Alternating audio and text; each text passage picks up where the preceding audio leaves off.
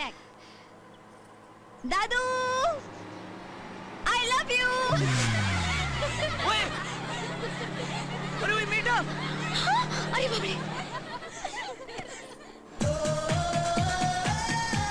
দেখ পেছন পেছন ফলো করছিস, সব তোদের ছোট। কোথায় গেলে গো? ওগো ঐশ্বর্য রাই, একবার যদি তোমার মুখটা দেখতে পাই। I love you, I love you, I love you, I love you, love you.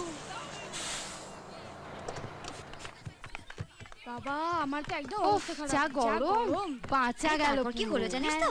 আমি বুঝলি তো পুরোটা এখানে। কি হলো?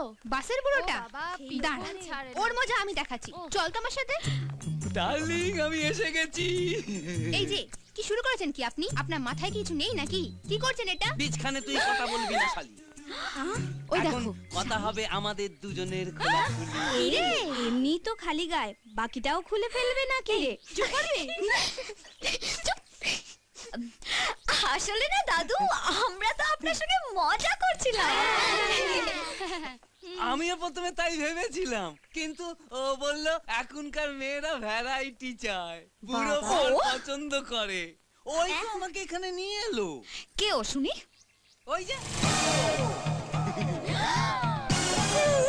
এই শুনি ছেলেটা না? হাই। আপনি নিজেকে কি ভেবেছেনটা কি?